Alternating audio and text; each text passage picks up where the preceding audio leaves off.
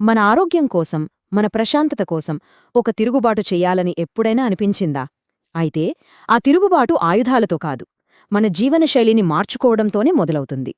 ఈరోజు మనం అలాంటి ఒక శక్తివంతమైన పిలుపు గురించే కొంచెం లోతుగా తెలుసుకోబోతున్నాం. ఆ ఈ మాటలు మనలో చాలామంది వినే ఉంటారు. చరిత్ర గతిని మార్చిన ఒక నినాదమిది. ఈరోజు మనం చర్చించుకోబోయే ఆలోచనకు స్ఫూర్తి కూడా సరిగ్గా ఇక్కడి నుంచే వచ్చింది. కాని దానికి ఒక ఊహించని ఒక సరికొత్త మలుపునిచ్చింది. ఒకసారి ఆలోచించండి, ఆ పాత నినాదంలో ఉన్న ఆవేశాన్ని తీసుకుని దాన్ని మన వ్యక్తిగత జీవితాలకు అన్వయించుకుంటే ఎలా ఉంటుంది? అంటే మన అసలైన శత్రువు బయట ఎక్కడో లేడు, మన ఆరోగ్యాన్ని, మనశ్శాంతిని దెబ్బతీస్తున్నా మన అలవాట్లే అని గుర్తిస్తే. చూసారా, పోరాటం స్వరూపం ఎలా మారిపోయిందో? ఆర్థిక సంఖ్యల స్థానంలోకి ఇప్పుడు అనారోగ్య సంఖ్యలు వచ్చాయన్నమాట. ఈ పిలుపు ప్రపంచాన్ని మార్చడానికి కాదు, మనల్ని మనం మార్చుకోడానికి. మనల్ని బంధిస్తున్న ఆ అనారోగ్యం, ఒత్తిడి నుండి విముక్తి పొందడమే ఈ కొత్త తిరుగుబాటు లక్ష్యం. అయితే మనను బంధిస్తున్న ఆ సంఖ్యలు ఏంటి? ఈ కొత్త శత్రువెవరు? ఆ శత్రువెవరో ఒక వ్యక్తి కాదు, మన చుట్టూ అల్లుకుపోయిన ఒక జీవన విధానం. అదే మనను తెలియకుండానే అనారోగ్యం వైపు నెమ్మదిగా నడిపిస్తోంది. ఒక్క క్షణం ఆగి ఆలోచిద్దాం. పక్కవాళ్లను మెప్పించడానికి, సమాజంలో గొప్పగా కనిపించడానికి మనం ఎంచుకుంటున్న ఈ లైఫ్ స్టైల్ ఉంది గదా, అది నిజంగా మనకు మేలు చేస్తోందా, లేకపోతే మనల్నే ఒక సుడిగుండంలోకి లాగేస్తోందా? దీన్ని ఇంకొంచెం సింపుల్గా అర్థం చేసుకుందాం. రంగురంగుల యాడ్స్తో, అట్రాక్టివ్ ప్యాకింగ్తో మనల్ని ఓరించే జంక్ ఫుడ్ ఉంది కదా, అది మన హెల్త్ని పాడు చేస్తుందని తెలిసినా కూడా ట్రెండ్ అనే పేరుతో దాన్ని మన జీవితంలో ఒక భాగం చేసేస్తుంది. ఇక్కడే అసలు ట్విస్ట్ ఉంది. మొదట అనారోగ్యాన్ని క్రియేట్ చేసే వస్తువులను మనకి అమ్మి, ఆ తర్వాత అదే అనారోగ్యాన్ని మేనేజ్ చేయడానికి మందులని కూడా అమ్ముతుంది.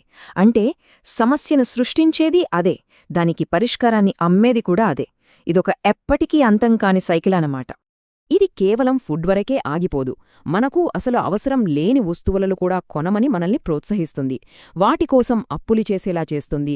ఆ అప్పుల భయంతో నిరంతరం మానసిక ఒత్తిడికి గురయ్యేలా చేస్తుంది. మరి ఈ విషవలయం నుండి బయటపడటమెలా? సమాధానం ఒక్కటే.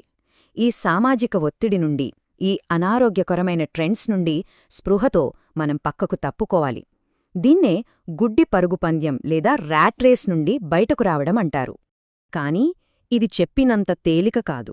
ఎందుకంటే అందరూ నడిచే దారిలో కాకుండా మనకంటూ ఒక దారి వేసుకుంటే సమాజం మనల్ని వెలివేస్తుందేమో, మనం ఒంటరివాళ్లమైపోతామేమో అనే భయం చాలామందిని వెనక్కి లాగుతూ ఉంటుంది.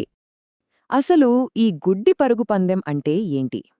సింపుల్గా చెప్పాలంటే, ఎందుకు పరిగెడుతున్నామో తెలియదు, ఎక్కడికి వెళ్తున్నామో స్పష్టత ఉండదు, కాని పక్కవాళ్లతో పోటీపడుతూ ముందుకు వెళ్ళిపోవడమే.